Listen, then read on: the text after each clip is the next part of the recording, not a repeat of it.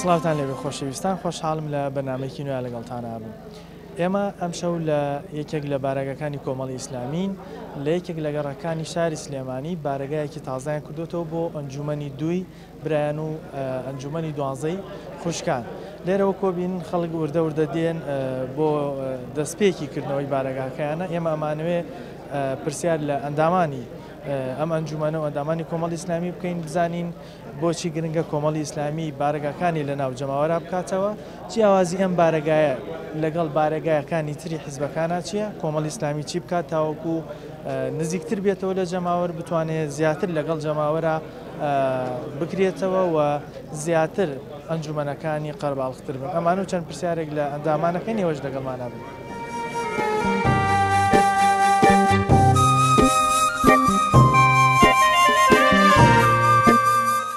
دیارە هەموو بینایەکی کۆمەڵی ئیسلامی قوتابخانەیەکە بۆ خۆی ئەم بارەگایانە بۆ پێگەیاندنی تاکی مسلمانە. باشترین شت ئەوەیە کە ئێمە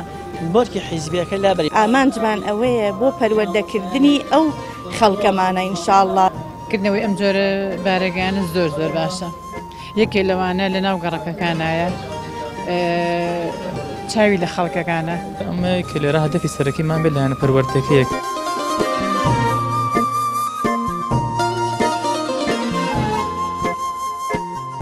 مامۆستا کۆزان ئەمە کردنەوەی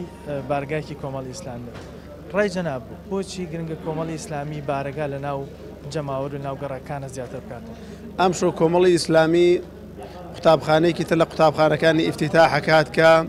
دیارە هەموو بینایەکی کۆمەڵی ئیسلامی مزگەوتێکە بۆ خۆی، قوتابخانەیەکە بۆ خۆی، بۆ خوشکان، بۆ برایان، بۆ منداڵان. لە هەر جێگایە کۆمەڵی ئیسلامی بینایەکی گردبێ بە ناوی مەقڕی حیزبیەوە لە هەمان کاتدا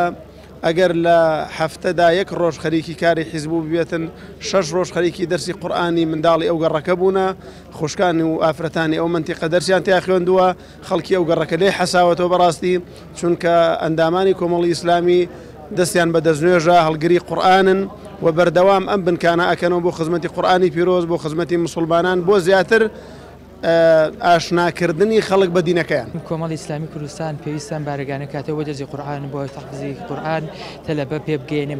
بۆ دوای ئەوەی کە خۆیان نەمان ئەندامان نەمان ئەمان پێ بگەێنێت و خەڵکانی ئیسفادەی لێ بکەن و لە کاروانی سەحبەیە بن ئینشاءالله. بۆ پێویستە لەناو خەڵکا بێ خەڵک تێبگەێنێ، خەڵک کۆمەڵی ئیسلامی زیاتر بناسێ، هەروە بێتوانێ نەوەیەکی نوێ پەروەردە بکات. بۆ ئەوە گرنگە کۆمەڵی ئیسلامی بنکە و بارەکانی لە ناو گەڕۆ شوێنەکانی شاری سلێمانی دەوروبەریدا هەبێت. بۆ ئەو گرنگە دیارە هەموو حیزبێک استراتیژ و بەرنامەی خۆی جیاوازە. کۆمەڵی ئیسلامی لە ڕۆدینیەکەیەوە ئێمە هەمومان خاوەنی پەیامێکین، ئەویش کە ڕەسوول الله صلی الله علیه وسلم تەشریحی ئەمەی کردووە و ئێمە وەکو مسلمانێک ئەبێ پابەند بین بەو دینە پاکەی کە پێغەمبەر صلی الله علیه وسلم ڕێنمویی کردوین. لە کۆمەڵی ئیسلامیش ئێمە وەکو ئەندامێک پەروەردە کردووە ئەم لە قوبارەگایانە ئەبێ ببنە دروستکەری تاک ببن دروستکەری چەندین گەنج لەبەرەوە ئەم جۆرە چالاکیانە یان ئەم بارەگایانە بۆ پێگەیاندنی تاکی مسلمانە، بۆ ئاشناکردنە بە دینی ئیسلام. جەناب وەکو بەرپرسی ئەنجومەنەکە و بە ئەم بارەگە تازەیە کە کردوتانەوە بۆچی بارەگای زیاتر لە ناو خەڵکەکەنەوە؟ ئاماژتان چی؟ بسم الله الرحمن الرحیم. دەستخۆشی لە جەناب دەکەم. دیارە کردنەوەی بارەگا مهمەی خۆی هەیە، هەموو ئیشێک کە تۆ هەنگاوت بۆ ناوە دیارە بە تەئەکید لە پشتی ئەوە تۆ مەبەستێکت هەیە. جاران ئێمە دەرگای مزگەوتەکان کراوە بوو ئەماتوان ئیشی تیا بکەن، دەرگای ماڵەکان کراوە بوو، بەڵام ئێستا لەبەر باری ئەمنی تو ئەو دەرگان لێ داخراوە. خۆ تۆ ناخشکرێت ئەو پرۆژە و ئامانجانەی کە هەتە لە ژیانتە ئەو غایەتی کە بۆی هەنگاوانیت بوەستێت ناچارین هەنگاو بۆشی تێبنێن. ئەوش بارەگایەکەش بە تەنسیقەکرێت لەگەڵ ئاسایش ئێمە بە تەنسیقی هەردوو لە بە موافقەتی ئێمە ئیشی ئێمە موافقەتی ئاسایش هەر لە ئیشەکانمان ئەڕۆ و کاتە کێشە گرفتەکانیش کەمە بێتەوە و ئەو ئامانجەش کە هەمانە ئێمە ئەی پێشین پێی. جەناب وەکو ئەندامێکی کۆمەڵی ئیسلامی بەڕای تۆ بۆچی کۆمەڵی ئیسلامی ئەبێ بارەگاکانی لە ناو گەڕک و شار و شارۆچکەکانە زیاتر بکاتەوەکو ئێستای کە بینیم بارەگای کردوتەوە؟ وڵاهی زۆر شت هەیە، ینی کە بیرمان لێ کردوتەوە و ئەنجومەنەکان کە لە ناو بارەکان لە ناو گەڕەکان هەبێ زیاتر لەبەرەوەی ئەگەر دوور بێت ئەو خەڵکە ناتوانێت بەشدار بێ لە بیناکانە بەڵام ئەگەر نزیک بێ و لە گەڕەکانە بێ بە هەموو داواکار و ئیشوکارەکانمانەوە یەن بەدەممانەوە جەنابەت بۆکو ئەندامێکی کۆمەڵی ئیسلامی پێت باش ئەم جۆرە بارەگایانە بکرێتەوە بەس کردنەوەیان بارەگایانە ئەتوانێت چی بۆ خەڵک بکە توانێت چه خزمەتێ بە خەڵک بکە کە لە ناو گەڕەکان ئەکرێتەوە بەڵێ وەڵا بەڕێز ئێمە هەر سەرەتا تەنان لەسەر ناوەکەی بارەگاکەش قسەمان هەبوو کە ئێمە وتمان ناوی بنین پەیمانگای حکمە بۆ پەروەردەی نەک تەنها نەوجەوانان کۆمەڵایەتی هەموو شتێک بگرێتەوە بۆی کۆمەڵی ئیسلامی بتوانێت لە هەموو بوارەکانە خۆی ببینێتەوە و ئیش بکات لەسەر هەموو ئەندامەکان کردنەوەی ئەم جۆرە بارەگەیانە زۆر باشە یەکێ لەوانە لە ناو گەڕەکەکانایە چاوی لە خەڵکەکانە کەسێکی وەکو من بڵێ وەکو کۆمەڵایەتی هاتووتۆی خەڵکەکەی ئەم شوێنە بە دەوروبەر ئەناسێنی بە خەڵک ئەناسێنی بۆ ئەوە کە بێن بۆ ئێرە چەند دەرس و دەورێکی تیاابێ ئێستا ئەم بارگانەکە کرێتەوە توانێت چه خزمەتێک بە خەڵکوی ئەو چوار دەورە بکە ئەو گەڕەکانە بکە کە پارەگەکەی تیاکرێت چه خزمەتی توانێت بکات وڵی خزمەتەکەی ئەوەیە دەرس و دەوری تیابێت تۆ دەرسی تیادا ئەنەی دەرس بۆ مناڵی بچووکدا ئەنەی بۆ گەورەدا ئەنەی بڵێ بۆ ژناندا ئەنێ بۆ پیاوان هەموو دەرنەوە دەرسێکی تایە ینی ئیسفادەی لێ ئەەکەن دەوروبەری بەڵێ بێگومان کردنەوەی چەند بارگایەکی لەم شێوەیە دەوێتە هۆی پێشکەوتنی هەموو تاکەکانی کۆمەڵگەوە بیر و ڕۆشن بیرتری تاکەکان کە ئەبێتە هۆی پێگەیاندنی چەند کەسێک چەند مناڵێک چەند گەنجێکی پێگەیشت و خواناس کە سوودێکی زۆر زیاتریە بێت وڵا زیاتر بۆ پەرەپێدانی ئەو گەنجانە ئەو منداڵانە کە فێری قورئان بن بارەگاکانی کۆمەڵ چ جیاوازێکی لەگەڵ بارەگای حیزبەکانی کە وڵا بارەگای کۆمەڵ بارەگایەکی ئیسلامیە چ خزمەتێکە توانێت خزمەت بە قورئان بە سنەت بە ئاینی پیرۆزی ئیسلام بارەگاکانی کۆمەڵی ئیسلامی لە هەر جێگەیەک بن لە هەر شوێنێک بن ئەبێتە مایی حەسانەوەی ئەو کۆڵان و گەڕەک و منتیقایانە لەبەر ئەوەی ئەم بارەگانە بە هەموویانەوە پەروەردەی مناڵان پەروەردەی گەورە پەروەردەی ئافرەتان پەروەردەیەکی تەندروست پەروەردەیەکی جوان پەروەردەیەکی ئەخلاقی پەروەردەیەکی ئاینی زۆر زەرورە ئەم بارەگانە لە هەموو کون و کوچەیەکی کوردستانە هەبێ بۆ ئەوەی خەڵک ئیسفادەی لێەکە خەڵک بە ئەدەبە بێ خەڵک بە ئەخلاقترە بێ خەڵک ڕەوشی جوانە بێت کۆمەڵی ئیسلامی بۆچی ئەم جۆرە بارەگایانە لە ناو گەڕەک و شار و شارۆچکەکان ناکاتەوە وەکو لایەنێکی زەروریاتی پەروەردەیی بە تایبەتی پەروەردەیەکی ئەوەی کە لە هەم شخصەکە خۆی ئیسفادەیە بکە هەم ئەوەی کە کۆمەڵگە ئیسفادەی لێ بکە لە سبەی ڕۆژە بە تایبەتی لە چینی گەنجان و مناڵانەوە کە بە تەماهین ئینشاءالله ئەو جیلانە پێ بگەین و سبەی ڕۆژ هەم خۆیان ئیسفادە بکەن هەم کۆمەڵگە ژیان و سلمان بێت ئازیزان و کۆبین ئێرە خەریکی کردنەوەن ئاهەنگی کردنەوەی بارەگاکانە گێڕن لێرە کۆمەڵێکی زۆر لە ئەندامان و هاوڵاتیان داوت کراون لە شوێنەکە ئامادەن دەسەکەن بەکردنەوەی بارگاکان ئێمە زیاتر ئەندامان و کەسانی کە دێنە هۆڵەکە دوێنین بەڵام دوایم ناو بڕە و ئەگەڕینە وڵات.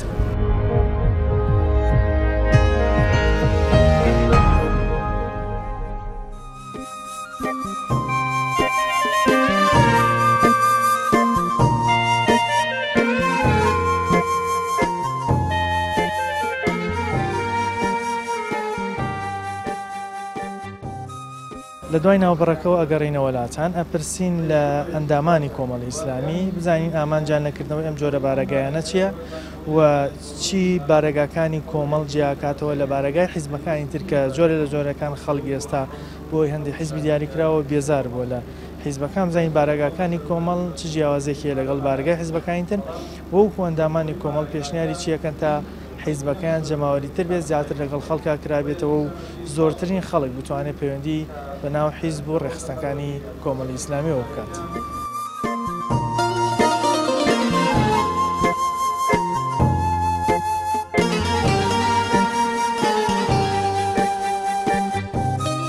ساوکۆزانین ئێستا جۆرێک لە جۆرەکان خەڵک لە حیزبەکان بەگشتی و لە هەندێک حیزب بە تایبەتتر بێزار بوون.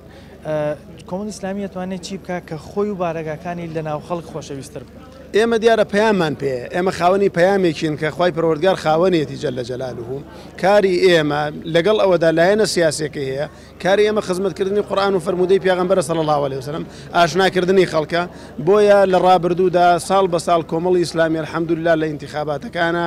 دەرکەوتۆ بەرەو پێشەوە ئومێد دەکەین باشتر بێت چونکە ئێمە ئەوەندەی مەبەستمان خزمەتکردنی خەڵکە خزمەتکردنی دینە ئەوەندە مەبەستمان مەکسەبی حیزبی نییە بەڕاست کۆمەڵ بەم بێ ئیمکانیاتیە بەڕاستی ئەمە جوهد و ماندوناسی ئەندامەکانە کە لەم کاتا بارەگا کاتەوە وەڵا بەڕێی من ڕێخستنەکان زیاتر تێکەڵ بە جەماوەەر بن بەڕاستی ئیسە کۆمەڵ سوقل و قورسایی خۆی هەیە لە ناو جەماوەرە ئەوە کاریگەری زۆرە بۆی جەماوەرمان زیاتر بێ و بارگەشمان زیاتر بێت لە ناو خەڵکە بەڕای تۆ بارگاکانی کۆمەڵی ئیسلامی بە نمونەم بارگایە چی جیاوایە کاتەوە لە بارگایەکانی تری حیزبەکانی کە وەڵای ئەم بارگایە ئەخلاقیاتی خەڵکەکە بەڕاستی ڕێز و احترام و تەقدیر و ئەوە جایکاتوە لە بارەکانی تر ئێمە تەجروبەمان زۆرە لە شوێنەکانی ترابوون سەیرەکەی خەڵک متمانەی بەو خەڵکە هەیە لەو بارگایە هەتا بوو بە شوێنی شت و پێویستیەکانیان کە گەراژ نەبووتێکەن هاتن لە بارگەکانی ئێمە دایاننا ئەمە متمانە و بەڕاستی متمانەی ئەو خەڵکەیە بە خەڵک و بە ئەندامانی کۆمەڵی ئیسلامی پێت وایە بارگاکانی کۆمەڵی ئیسلامی کە لە ناو خەڵک و گەڕەکی ناو شار و شارۆچکەکانە چی جایکاتەوە لە بارگای حیزبەکانی تر ئەوەی جایکاتەوە کۆمەڵی ئیسلامی لە ناو خەڵکا بوو لە ناو خەڵکی شعبی ئینشاءالله مجبوری بارگاکانیشی جا بۆ لە ناو خەڵکە ئەو جایکاتەوە ئەم بارگایکی ئیسلامیە بنەوەیکی لەسەر ڕێبازی ئیسلام پەروەردەکە ئینشاءالله ئەوە جایکاتەوە لە بارەکانی تر بارگایکی چەپن بەرەو ئاراستەیەکی تر ئیشەکەن ئێمە بەرەو ئاراستەیەکی تر ئیشەکەین هەموو حیزبێک خاوەنی استراتیژ و پەیامی تایبەتی خۆیەتی کۆمەڵی ئیسلامی دەستی گرتووە بۆ پەیامی کە پێغەمبەر صلی الله علیه و سلم بۆ ئێمەی بەیان کردووە ئەوە جاکاتەوە حیزبەکانی تر ڕەنگە لە شێوازێکی ترەوە خەڵک فێرکەن ئەوەی کە تۆ ئەیبینی لەم ڕۆژگارە ئەم هەموو تاوانە ئەم هەموو چۆنەڵی بە جۆرێک سەرقاڵی و مێشک مەشغوڵی و لادانە کاکە حیزبی تر ڕەنگە ئەندام پێ بگەێنە ببێتە یعنی چۆنەڵی لە دەرەوە کورە گازینۆی پێپڕکاتەوە یان نازانم چی کۆمەڵی ئیسلامی ئەوێ تاکێک پەروەردەکە پەروەردەی مزگەوت بێ پەروەردەی ئەخلاق بێ پەروەردەی ئەدەب بێ ئەوە جیانەکاتەوە بارگاکانی حیزبەکان جۆرە لە جۆرەکان خەڵک بەهۆی هەندێک حیزبەوە بێزار بوون لێ بارگاکانی ئێوە چی جیاوازێکی هەیە لەگەڵ بارگای حیزبەکانی ترە بارگاکانی ئێمە جیاوازەکەی ئەوەی ئێمە ئامانجمان هەوڵ بۆ دنیا نادێن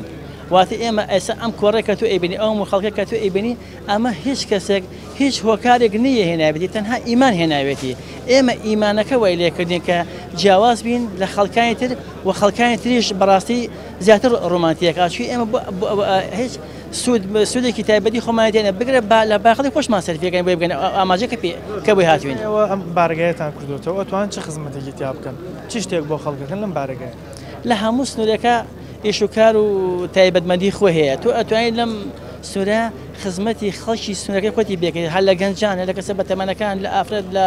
نەوجەوانان تو ئەتوانیت لەمانە ئیسفادەکە لەمانە دینیان تێبگەین لەمانە ئاشنیانکەی بۆ دینەی کە خوا نردوێتی ئێستا ئێمە ئەم کۆبوونەوەی ئێمەکەیکەن تەنها ئەو هەموو خەڵکەکە هاتووە تەنها ئێمە هێناوێتی هیچ پاڵێ نییە جگە لە ئیمان ئەم بارگایی کە کۆمەڵی ئیسلامی کردوێتەوە بارگایکی حیزبیە بەس بارگاکانی کۆمەڵ چی جیایەکاتەوە لە بارگای حیزبەکانی تر وڵی دایمە ئەم بارەگانە کە نێتمان هەیە کاوە ئەکرێتەوانێ بۆ ئەوەیە ئینشاءڵڵا ئەمە دەعوە و بانگەواز و ئیشوکاری جەماعی و هەر ئیشێکی ترمان هەبێت لە ناو ئەو بینایانە ئێمە ئەنجامی بن چونکە لە ڕاستیان نایڵن بە هیچ شێوەیە لە گەڕەکەکانە ئێمە دەرس و دەورمان هەبێ دەرسی ئاممان هەبێ هی خاصمان هەبێ مناڵەکانمان پەروەردەکەین بەڵام ئەگەر بارەگایەکی خۆمان هەبێ ئێمە خۆشیان ڕێیان ناوین ئەگەر بارەگای خۆمان بێت ئەتوانین بە ئارەزوی خۆمان و ئیشوکارەکانمانی تیابەرین بەڕێ و ئەو خەڵکەش زیاتریە بەدەمانەوە ئینشاءڵڵا ئێستا ئێوە توانین لەم بارەگایانە چ جۆرە خزمەتێک بۆ خەڵک بکەن وەڵاهی ئێمە نێتمانەوەی ئینشاءڵڵا زیاتر بۆ پەروەردەکردنی ئەو خەڵکەیە بەڕاستی چونکە هەم لە مناڵەکانمانە هەن لە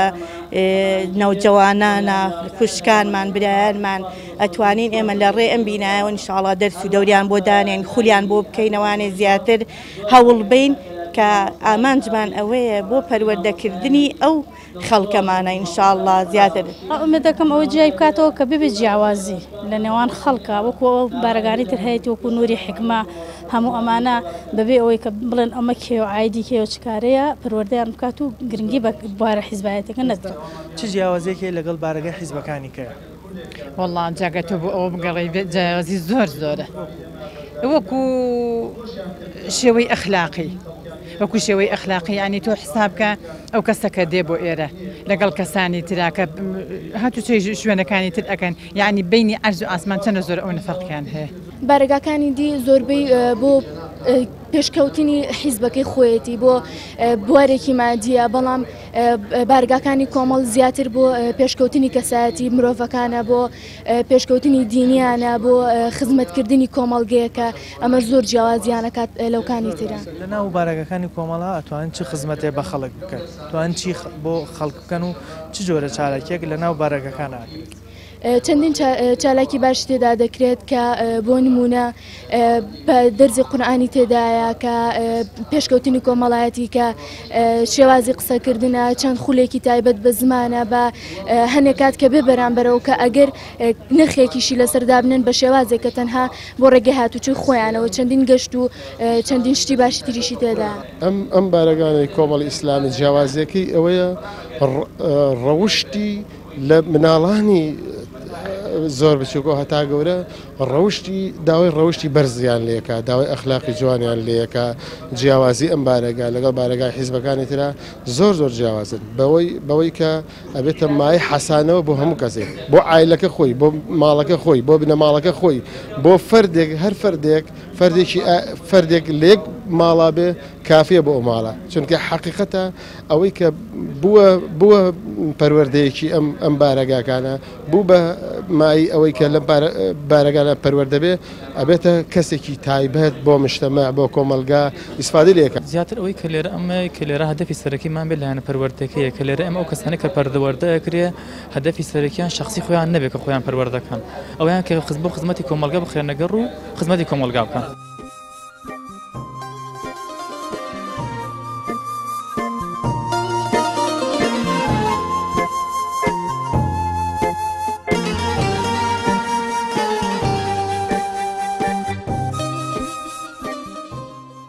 جەنابووکو ئەندامێک لە کۆمەڵی ئیسلامیە پێشنیاری چێکیان پێت باشە کۆمەڵ بۆ داهاتوو چی بکات تا زیاتر جەماوەری تر ئەم جۆرەکردنەوەی ئەم جۆرە بارەگایانە بەڕاستی کە لە ناو ماڵەکاندان ئەمە ئومێ دەکەم کۆمەڵی ئیسلامی لە شارەکانی تریشدا بیکاتە کارێکی ڕئیسی خۆی بە تایبەتی لە شارە گەورەکانە چونکە ئەم شوێنانە شوێنی پەروەردەکردنی پیاوانی داهاتوون شوێنی پەروەردەکردنی گەنجەکانن منداڵەکانن بەڕاستی لەم شوێنەدا بەلایەنی کەم و لە بەیانەوە 100 گەنج قورئانی تیا خوێنێ ئافرەتان دەرسی تیا خوێنن ئەمە بەڕاستی کارێکە کۆمەڵی ئیسلامی پێشنیارەکەم لە هەموو شارەکانە پێوەسێت خۆی لە پشتی ڕێخستنەکانەوە هەموو کاتێ لە پشتی ڕێخستنەکانەوە من پێم وایە ئەو ڕێخستانەوە تۆکمە بکرێ وا بە جەماوەری بکرێ کە تێکەڵێکی باش و ئیسیجابەیەکی باش لەگەڵ هەر چەنە واشە بەس بێ ئیمکانیاتی وای کردویا هەتا تێکەڵ بە جەماوەر بی دڵسۆزی بۆ جەماوەر بە دەمیانەوە بچی هاوکاریان بی ئەوە زیاتر بە جەماوەریە بی حیزبەکە بە جەماوەریە بێ. جەنابوو پێشنیاری چیەکەی بۆ ئەنجومەنی سیاسی و سەرکردایەتی کۆمەڵی ئیسلامی تا حیزبەکان زیاتر بە جەماوەری بکەن زیاتر لە خەڵکە هەبوو پسەریەوەکەن خی گەورە لێمان ڕازی بێت ئەوەش خەڵکی سیاسی و ئەنجومەنی سیاسی ئەوە بێ کۆمەڵی ئیسلامی خەڵک لێ ڕازی و خەڵکی خۆش دەخۆمان ڕازی بکەین. واللهی ئەوە بکرێن بێنە ناو خەڵک زیاتر ناو خەڵکا بن کراوە بن ئەم بنکە و بارەگایانە بەڕای من شتێکی زۆر باشە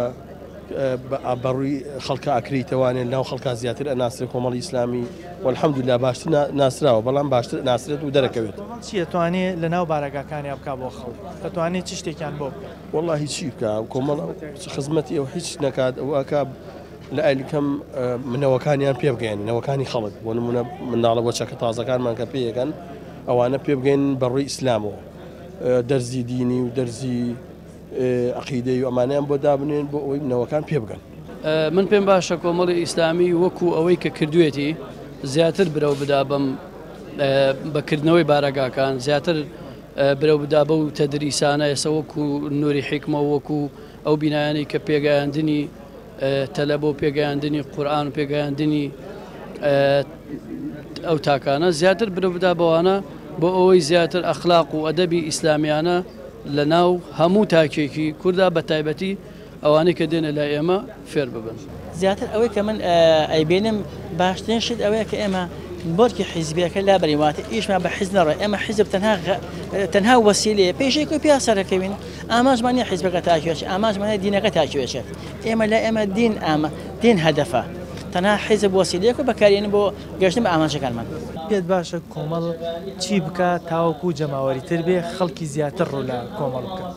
وەڵاهی یعنی هەتا کۆمەڵی ئیسلامی دابەزێتە ناو کەسانی خوارەوە ناو ئەندامان ناو ئەو خەڵکە جەماوەرە زیاتر لیان نزیک بنەوە زیاتر سەردانیان کەن زیاتر بچنە ناو کۆڕ و کۆمەڵیانەوە لە ناخۆشی و خۆشییانە لەگەڵیانە بن دڵنیا بە زیاتر ئەو خەڵکە بەرە و کۆمەڵی ئیسلامیەت